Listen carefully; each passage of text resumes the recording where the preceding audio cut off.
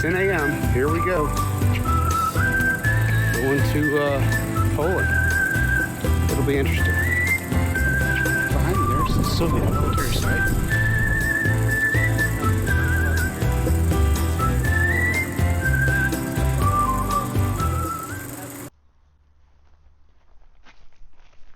We're here in the little town, well, what used to be the little town of Łozy. It's L with a little slash, O-Z-Y is how it's pronounced. And I'm at the train station of what used to be Neuhammer in Germany, or Schwintelschuh back in the day. I think I may have to move the truck. There might be a train coming. I don't know. I hear a lot of noise. Yeah, let me do that. We're going to try this again. How's it going? Oh, okay. Anyway, you can see there's a bunch of traffic coming back and forth here. If you look, you go, what traffic is it? It's truckloads of dirt. There it is there. And they're just going back and forth for this infrastructure project. To me, what's really neat is you have these old German roads, and you see that that truck is a fairly sizable truck. And these German roads hold up. There's no dips, no ruts, nothing. These old stone roads. But that's not what I'm here to talk about. I'm here to talk about this building this is the Łozy train station. What used to be Neuhammer, and then is now Schwintelschuh. And the railroad tracks, well, for the moment they don't exist. But soon enough they will, because they are in the process of rebuilding them. You see here, down there where the big truck is. So imagine in the early 1900s, I think this building was built in 1912, 1913, in what was then Eastern Germany. And they built this beautiful building. And unfortunately, it's just decrepit. Can't really go inside it. The sign on the over here says something along the dangerous, it will collapse. But maybe we can get a peek in through this window and see what's inside.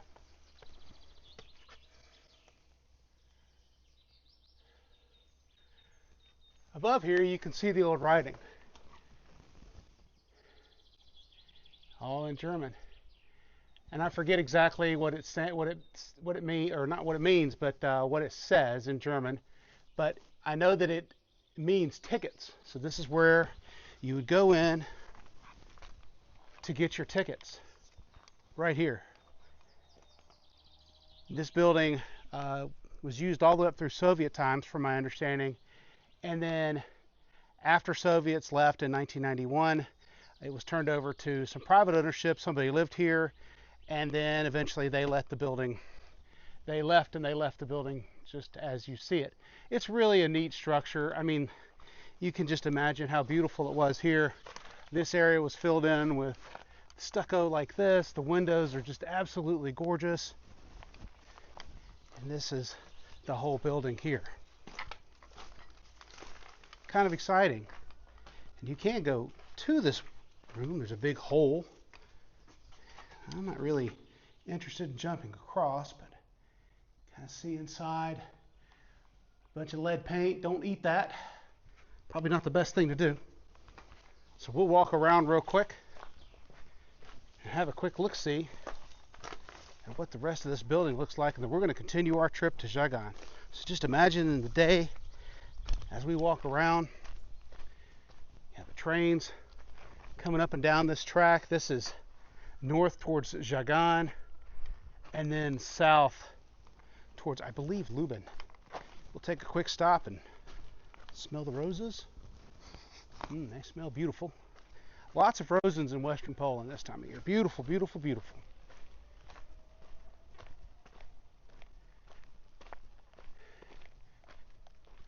You can just see this whole building and the way it was built. More of this road here.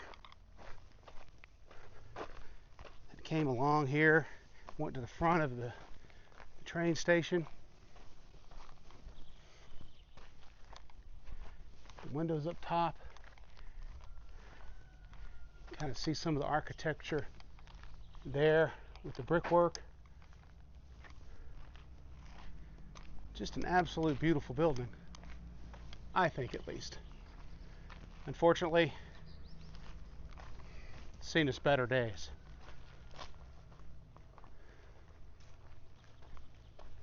We'll keep walking around, and then we're going to get the heck out of here and get the Żagań. Look at the front of this thing. Look over here, try not to get run over by the big trucks.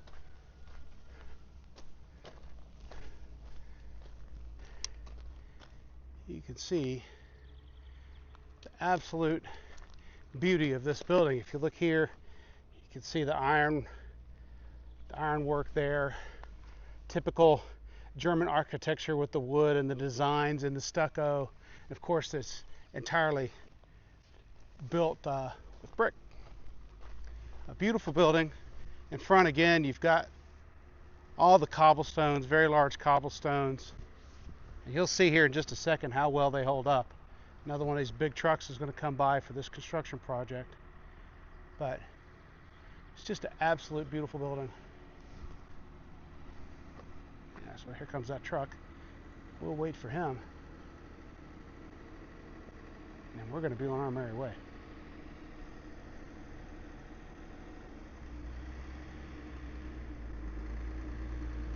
You can see the truck coming along there.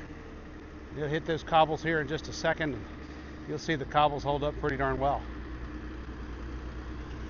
You look along the top, the roof line, and then that area there with the peak, and then even the cross brace. Again, another cross brace up top. Pardon the truck. Again, you see this cobblestones, they just hold right up. There would be no way that asphalt would hold up to that truck. Kind of amazing. I hope you enjoyed the little train station here at Łozy. Let's go to our next stop.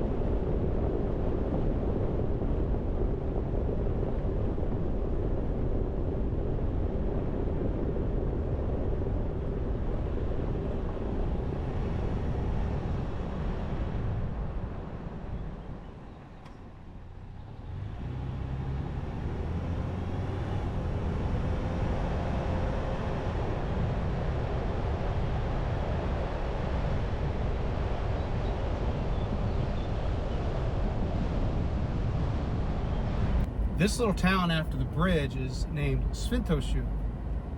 Previously, during German times, it was called Neuhammer. Since the mid-1800s or late 1800s, Świętoszyw has been a military town. Initially, it was a German town, and then all the way up through World War II, after World War II, became a Soviet town. After the Soviets, it was turned back over to the Polish and was named Świętoszyw. So quite an interesting town, a lot going on there. I'll eventually do a short video about that town and the area. I can't get too much into it, but suffice to say during Soviet times, it was a closed off town and no one was allowed to go there except Soviets.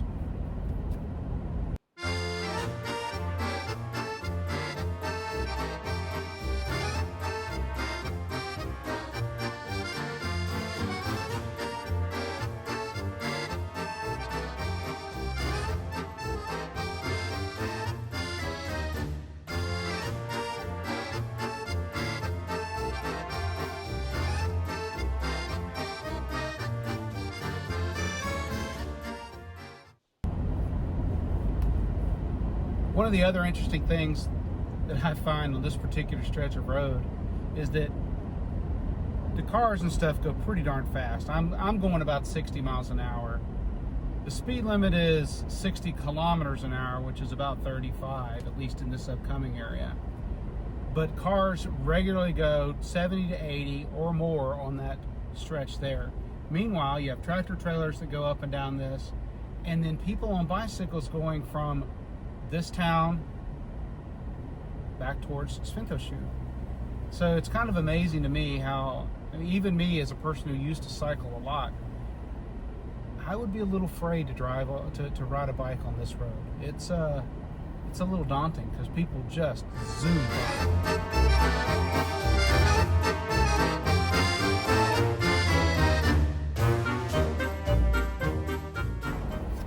You can kind of see, we were talking earlier about all the cobblestones. This is a little area here in this little tiny town.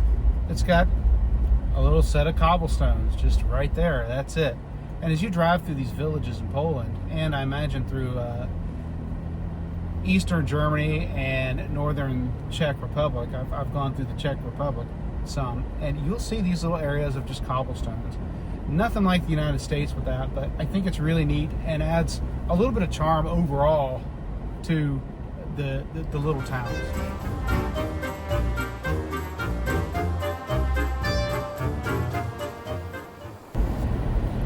This is some of what I'm talking about. You have the people just riding bikes, just cruising along here on the left, and then of course the people on the scooters in this lane, and they're just oblivious to the world. And we're going 30 miles an hour. That's fine, no problem. But other cars, they just zoom up and down this road, especially on the straightaways.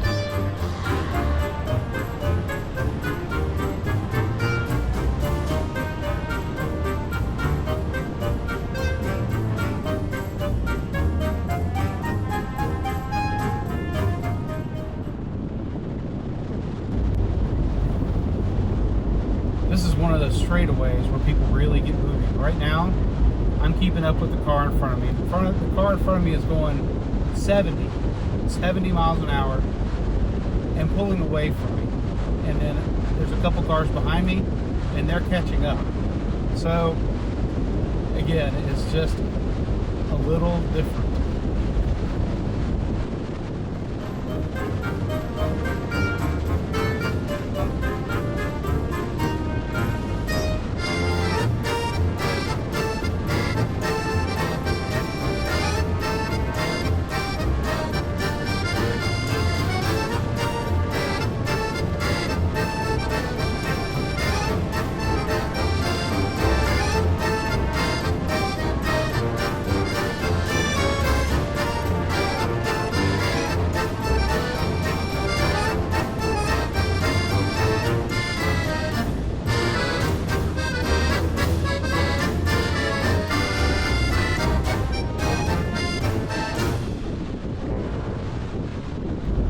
So here we're starting to get into the Żagań area. Off to the left is Karliki. And Karliki is really the southern end of Stalag Luft III. Everything off to the left behind all these houses and things like that, that's where Stalag Luft III was. What we'll do is we'll go up the road here past these cyclists and then make a left turn under the bridge and then head towards the Żagań Museum.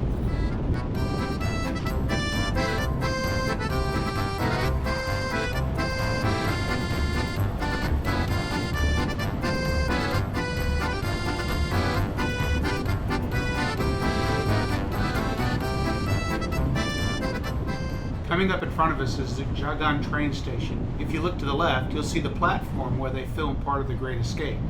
Actual escapees made it to that platform and to awaiting trains to other parts of Germany, only to be caught later on and then executed under the direction of Adolf Hitler.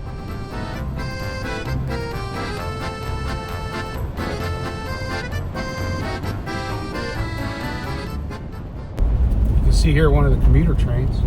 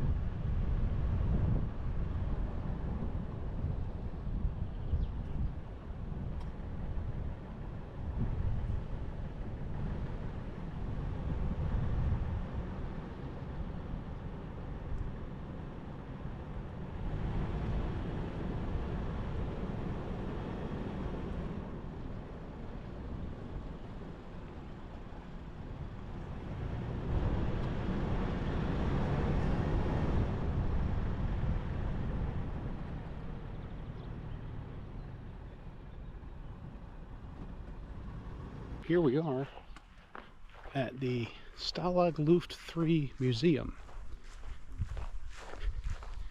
Off to the left is one of the buildings that represents what their living quarters were like.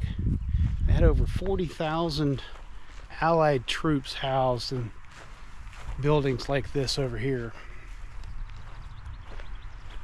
Not all 40,000 obviously, but they had a whole various sundry of buildings. So we'll tell you the whole story as we go. Imagine for a second you're a British or an American aviator and you're flying a bombing mission over Eastern Germany, which is now Western Poland. You're flying through a flat cloud and it's your turn for your plane to get hit. Your plane gets hit, you manage to bail out, you're in the safety of your chute, you're gliding down, you hit the ground with the impact, and there's German troops waiting for you. They herd you and the other survivors from your airplane onto a waiting train. The train goes through the German countryside, stopping here and there to pick up more and more prisoners, and you question the whole time, what's going to happen to me? Where am I going to go? You've heard rumors of the concentration camps, but you've also heard rumors of the prison camps, much like where you're going today. This is Żagań, Stalag Luft III, and this is where it begins.